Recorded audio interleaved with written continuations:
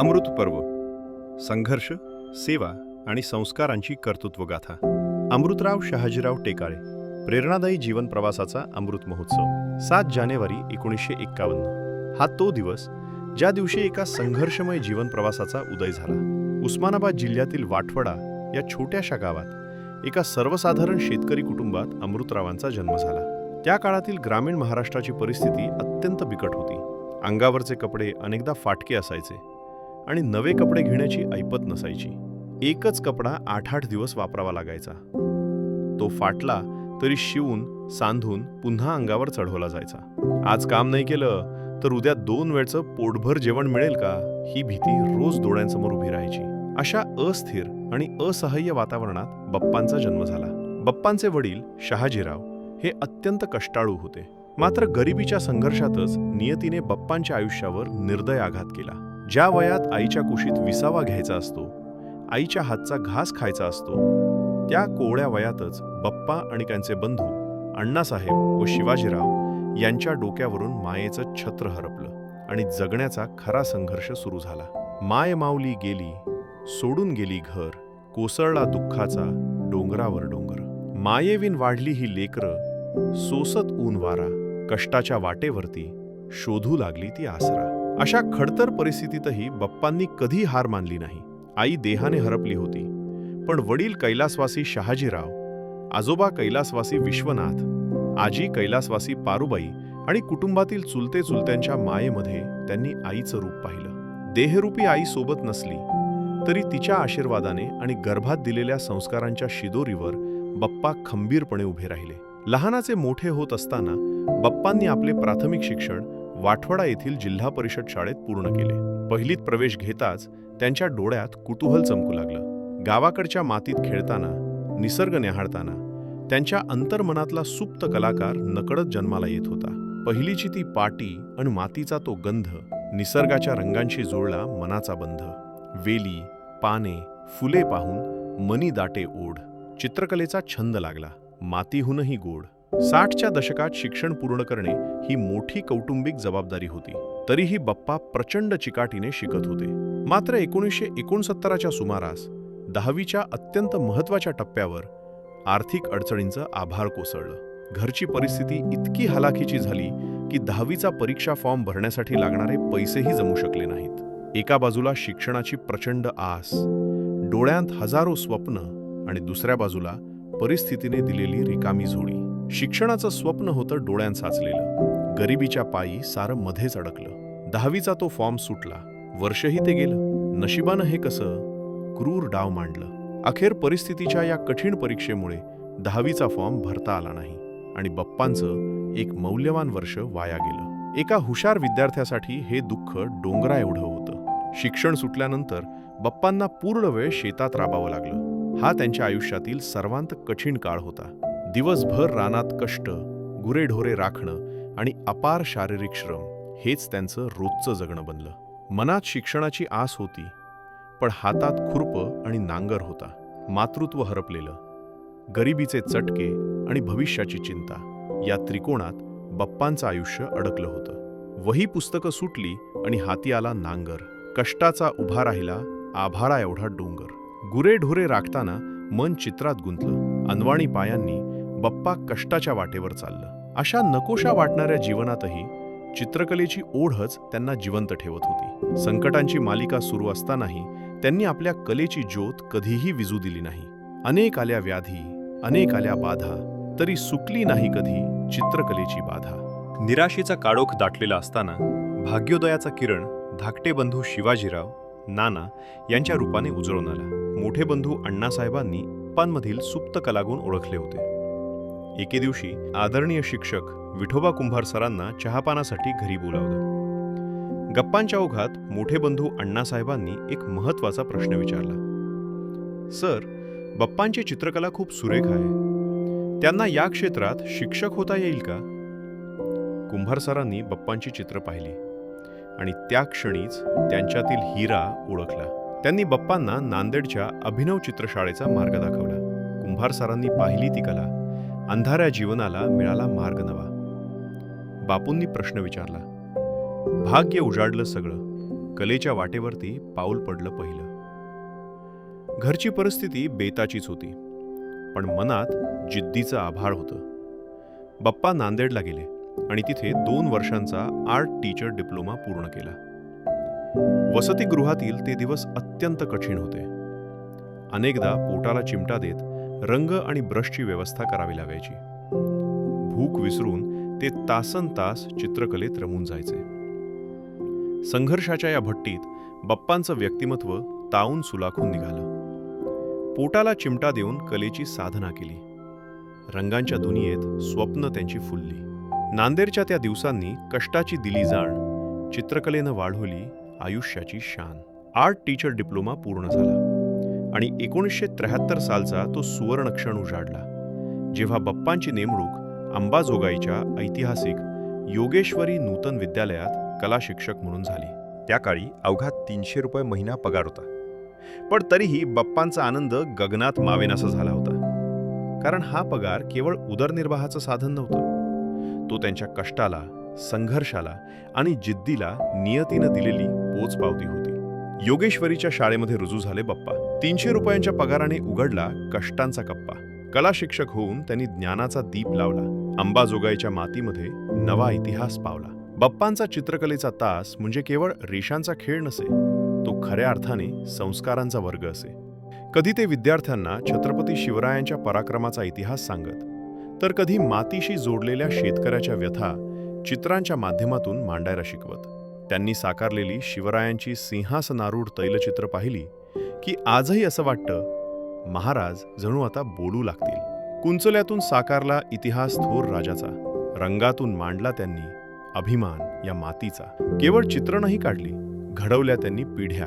ज्ञानाच्या या प्रकाशाने तोडल्या गरिबीच्या बेड्या. बाप्पांच्या कलेवरील निष्ठेमुळे केवळ शाळेतच नव्हे, तर संपूर्ण मराठवाड्यात टेकाळे सर हे नाव आदरानं घेतलं जाऊ लागलं. त्यांनी घडवलेल्या असंख्य विद्यार्थ्यांनी राज्य व राष्ट्रीय स्तरावरील चित्रकला स्पर्धांमध्ये सुवर्णपदकं मिळवली. आपल्या कलेला संपूर्ण न्याय देत बाप्पांनी शेकडो विद्यार्थ्यांच्या आयुष्यात यशाचे रंग भरले. टेकाळे सरांच्या नावाची गाजली मोठी ख्याती. अध्यापनाने जोडली त्यांनी कितीतरी माणसं नाती. आजही त्यांच्या शिष्यांची नावं दिगंतात गाजतात. बाप्पांच्या या कष्टांचं फळ यशानं साजतं. बाप्पांना योगेश्वरी विद्यालयात नोकरी लागली आणि टेकाळे कुटुंबाच्या आयुष्यात स्थैर्याचा किरण उजळला. मात्र बाप्पांनी हा पगार केवळ स्वतःपुरता मर्यादित ठेवला नाही. आपल्या मागे असलेल्या धाकट्या भावंडांचं भविष्य अंधारात राहू नये, यासाठी त्यांनी पितृतुल्य जबाबदारी आपल्या खांद्यावर घेतली. वाटवड्याहून अंबाजोगाईला शिक्षणासाठी आलेले भाऊ नाना, शिवाजीराव, प्रभाकर, प्रकाश पोपट आणि सुभाष यांना त्यांनी केवळ आश्रय दिला नाही, तर स्वतःच्या गरजांना मुरड घालून त्यांच्या शिक्षणाची फी भरली. स्वतःच्या गरजा बाजूला सारून भावांना त्यांनी सावरलं. कष्टाच्या त्या सावलीमध्ये स्वप्न सर्वांची विणली गेली. शिक्षणरूपी अमृत देऊन भविष्याचा मार्ग उघडला. बाप्पांच्या या त्यागामुळे परिवार सारा मोहरला. या मोठ्या शैक्षणिक यज्ञात बाप्पांच्या पत्नी सौभाग्यवती विमल काकी यांची साथ शब्दांच्या पलीकडची होती. ज्या काळात घरात 10-12 तरुण मुलं शिक्षणासाठी राहत होती, त्या घराचा गाडा हाकणं ही सोपी गोष्ट नव्हती. पहाटे 5 वाजता उठून चुलीवर सर्वांचं पोटभर जेवण होईपर्यंत काकींनी अतोनात कष्ट उपसले. बाप्पा शाळेत ज्ञानदान करत असताना काकी घरात मायेची पंगत वाढत सर्वांना आधार देत होत्या. पहाटेच्या त्या प्रहरी उठून काकी अहोरात्र राबायच्या. अन्नपूर्णा होऊन घरात सर्वांना मायेने भरवायच्या. कधी न केली तक्रार त्यांनी. सोसलं सारं हसत मुखे. त्यांच्याच हाताच्या चवीनं मिटली घराची सारी दुःखे. या संपूर्ण प्रवासात मोठे बंधू अण्णासाहेब, बापू पितृत्वाची शाल खांद्यावर घेऊन पित्याच्या सावलीसारखे खंबीरपणे मागे उभा राहिले. जबाबदारीचं ओझं त्यांनी कधीही ओझं होऊ दिलं नाही. कर्तव्यालाच धर्म मानून ते निःशब्दपणे पेलत राहिले. आणि सुशीला वहिनींनी सर्वांवर मायेचा पदर पांघरला व घराला केवळ भिंती व छप्पर नाही, तर आपुलकीची ऊब, ममतेचं हृदय आणि आधाराचं आकाश दिलं. आजच्या विभक्त कुटुंब पद्धतीच्या काळातही टेकाळे परिवार एकत्र आणि संस्कारांसह टिकून आहे. या कुटुंबातील ऐक्य, प्रेम आणि समजूतदारपणा जपण्यात सौ सुशीला टेकाळे, सौ शोभा टेकाळे यांचा मोलाचा वाटा आहे. संयम, आपुलकी आणि कुटुंबाला एकत्र बांधून ठेवणाऱ्या त्यांच्या भूमिकेमुळे पिढ्यानपिढ्या चालत आलेली ही मूल्यांची परंपरा आजही तितक्याच सशक्तपणे पुढे जात आहे. विशेषतः शिवाजीराव नाना जेव्हा पोलीस दलात भरती होण्यासाठी प्रयत्न करत होते, तेव्हा बाप्पांनी त्यांच्यात शिस्त आणि चिकाटी रुजवली. अंबाजोगाईच्या त्या घरात अभ्यासाचं आणि कष्टाचं वातावरण बाप्पांनी जाणीवपूर्वक निर्माण केलं होतं. नानांनी NCC मध्ये मिळवलेलं यश आणि पुढे एक्साईज ऑफिसर पदापर्यंत केलेली मजल हा बाप्पांनी दिलेल्या मार्गदर्शनाचा आणि कडक शिस्तीचा विजय होता. शिस्तीचं हे बाळकडू बाप्पांनी घरात पाजलं, म्हणूनच यशाचं चौघडं टेकाळेदारी वाजलं. नाना झाले अधिकारी, अभिमान वाटे आज. बाप्पांच्या या मार्गदर्शनाचाच हा खरा तर ताज.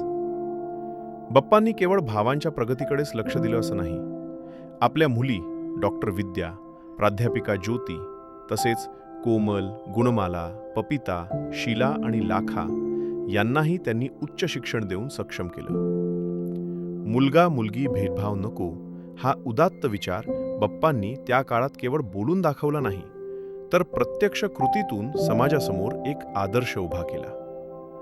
बाप्पांनी केवळ स्वतःच्या मुलांपुरतेच आपले कर्तव्य मर्यादित ठेवले नाही, तर पुतणे मुंबई उच्च न्यायालयाचे ॲडव्होकेट राजेश टेकाळे, तसेच बाळू टेकाळे, बाळू फेरे, अंकुश भोरे आणि रामदास माने यांनाही शिक्षणासाठी मोलाची मदत केली. आज हे सर्वजण आपल्या आपल्या क्षेत्रात मोठ्या सन्मानाने आणि कर्तृत्वाने उभे आहेत.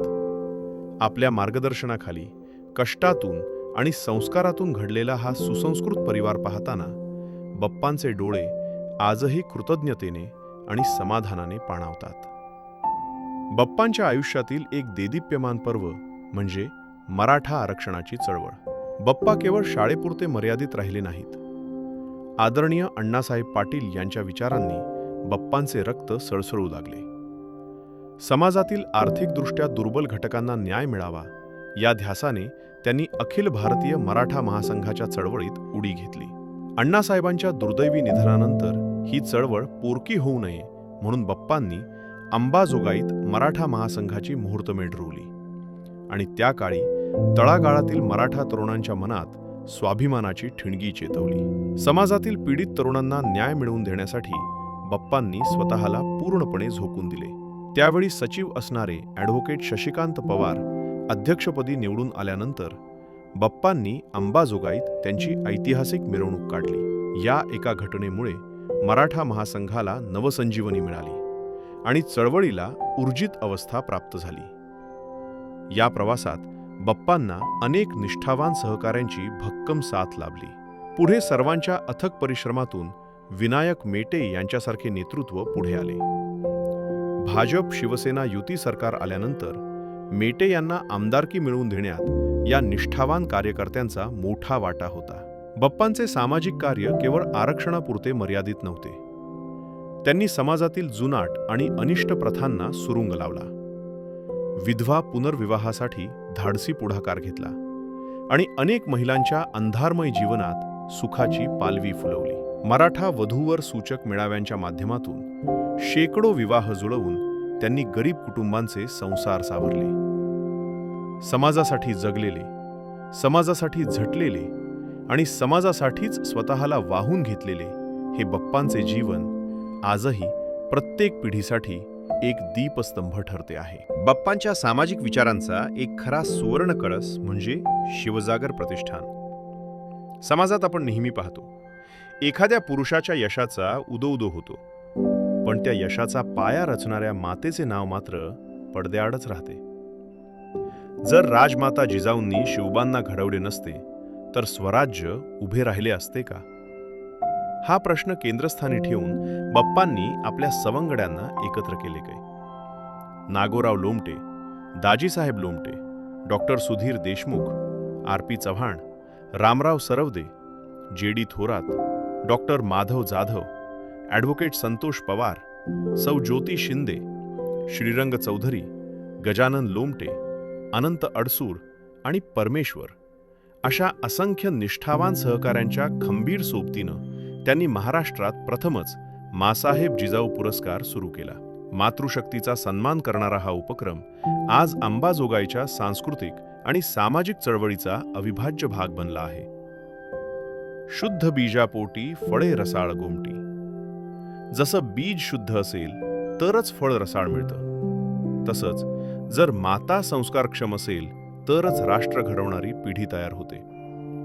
हा विचार बाप्पांनी समाजासमोर ठामपणे मांडला. गेल्या 2 दशकात महाराष्ट्राच्या कानाकोपऱ्यातून अशा मातांचा शोध बाप्पांनी घेतला, ज्यांनी गरिबीशी झुंज देत कठीण परिस्थितीतही आपल्या मुलांना संस्कारांचं बाळकडू दिलं. तो मुलगा कलेक्टर असो, उद्योजक असो किंवा समाजसेवक, त्या यशाच्या शिल्पकार असलेल्या माऊलीला बाप्पांनी व्यासपीठावर आणलं. आत्तापर्यंत 200हून अधिक मातांना या पुरस्कारानं सन्मानित करण्यात आलं आहे.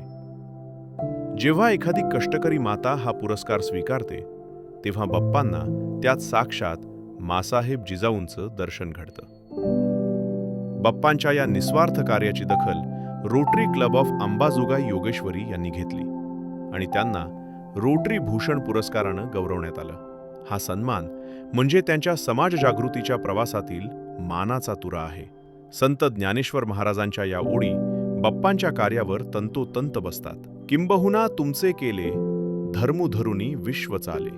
कर्तव्यरूपी धर्माची हीच वाट धरून बाप्पांनी स्त्री शक्तीचा सन्मान केला आणि समाजाला दाखवून दिलं की संस्कारांची जोपासना हीच खरी समाजसेवा आहे. अमृतराव बाप्पांचे व्यक्तिमत्व केवळ एका शिक्षकापुरते मर्यादित नव्हते. ते द्रष्ट्या कलाकाराचे व्यक्तिमत्व होते. योगेश्वरी नूतन विद्यालयात त्यांनी केवळ चित्रकला शिकवली नाही, तर हजारो विद्यार्थ्यांच्या कोऱ्या आयुष्यात यशाचे रंग भरले. त्यांच्या अध्यापन कौशल्याची खरी पावती तेव्हा मिळाली जेव्हा त्यांच्या मार्गदर्शनाखाली तयार झालेल्या विद्यार्थ्यानं राज्यस्तरीय चित्रकला स्पर्धेत प्रथम क्रमांक पटकावला. या यशाबद्दल त्यांचा डेप्युटी डायरेक्टर गोगटे साहेबांच्या हस्ते सन्मान करण्यात आला. पुढे आणखी एका विद्यार्थ्यानं मराठवाडा विभागातून प्रथम क्रमांक मिळवला. या उल्लेखनीय कामगिरीची दखल घेत तत्कालीन खासदार गोरा म्हैसेकर यांच्या हस्ते बाप्पांना आदर्श शिक्षक पुरस्कारानं गौरवण्यात आलं. बाप्पांचा कुंचला केवळ कागदावर फिरत नव्हता, तो भावना साकारत होता. यशवंतराव चव्हाण यांच्या निधनानंतर त्यांच्या प्रथम स्मृतिदिनानिमित्त बाप्पांनी साकारलेलं तैलचित्र पाहून भगवानगडाचे महंत भीमसिंह महाराज, खासदार बाबासाहेब परांजपे आणि केशर काकू क्षीरसागर यांच्या डोळ्यांतही कौतुक दाटून आलं. अशा दिग्गज व्यक्तींकडून मिळालेली प्रशंसा हा त्यांच्या कलेचा सर्वोच्च बहुमान होता.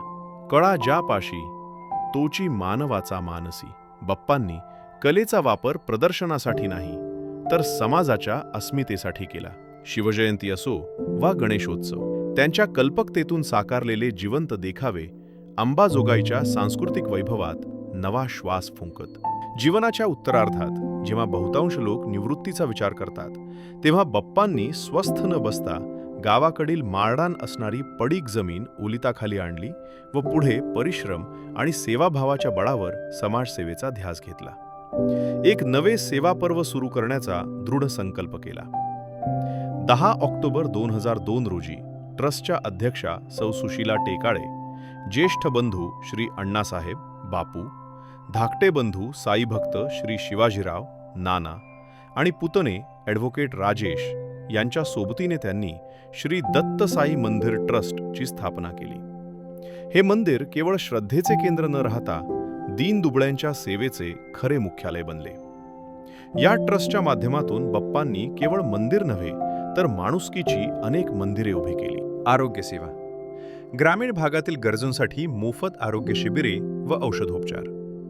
संकटात धावून जाणे, महापुरासारख्या आपत्तीत स्वतः मैदानात उतरून पूरग्रस्तांना कपडे, धान्य आणि आर्थिक मदत.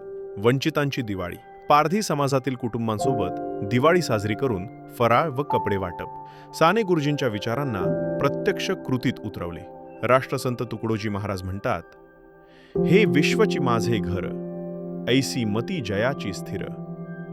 याच व्यापक भावनेतून बाप्पांनी शैक्षणिक साहित्य वाटप करून शेकडो मुलांच्या शिक्षणाचा मार्ग सुकर केला. 7 जानेवारी 2026 रोजी जेव्हा अमृतराव बाप्पा आपल्या आयुष्याची 75 वर्ष पूर्ण करत आहेत, तेव्हा मागे वळून पाहताना हा संपूर्ण जीवन प्रवास थक्क करून टाकणारा आहे. वाटवड्याच्या मातीतील तो पोरका मुलगा, ज्याच्याकडे कधी परीक्षा फॉर्म भरायलाही पैसे नव्हते, तोच मुलगा आज आपल्या कष्टानं, जिद्दीनं आणि संस्कारांनी एक संपूर्ण समाज उभा करणारा आधारवड बनला आहे. ॲडव्होकेट राजेश टेकाळे यांच्या शब्दात सांगायचे झाले तर बप्पा हे केवळ आमचे चुलते नाहीत, तर ते संपूर्ण टेकाळे घराण्याचे संस्कार विद्यापीठ आहेत. त्यांच्या सहवासात राहणं म्हणजे शिस्त, मूल्य आणि माणुसकीचे प्रत्यक्ष धडे घेणं होय. ज्या कडक शिस्तीत त्यांनी भावांना आणि मुलांना घडवले, त्याच शिस्तीच्या भक्कम पायावर आज संपूर्ण टेकाळे परिवार समाजात ताठ मानेनं, आत्मविश्वासानं उभा आहे. बप्पांचे आयुष्य म्हणजे संघर्षाचे सोने कसे करायचे याचे जिवंत उदाहरण आहे. कलेला त्यांनी संस्कृतीशी जोडले, भक्तीला सेवेशी जोडले आणि शिक्षणाला जीवनाशी जोडले. समर्थ रामदास स्वामी म्हणतात त्याप्रमाणे, केल्यानं होत आहे रे, आधी केलेची पाहिजे. बप्पांनी आधी कृती केली आणि मग जगाला शिकवले. आज या अमृत महोत्सवाच्या मंगल प्रसंगी त्यांच्या 75 वर्षांच्या त्यागमय, प्रेरणादायी आणि यशस्वी जीवन प्रवासाला वंदन करताना आपण सर्वजण नतमस्तक होऊन पांडुरंगाच्या चरणी एकच आर्त प्रार्थना करूया.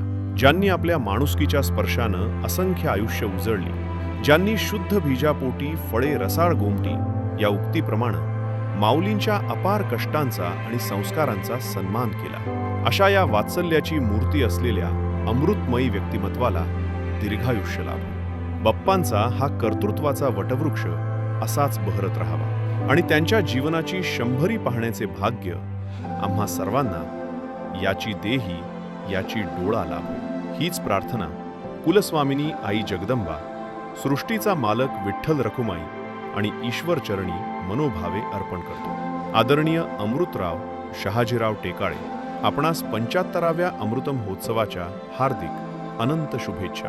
आपले येणारे आयुष्य सुख, समृद्धी, समाधान आणि उत्तम आरोग्यानं परिपूर्ण राहो, हीच एक नम्र सदिच्छा. संकल्पना आणि लेखन प्राध्यापक सोमनाथ झांबरे, पंढरपूर.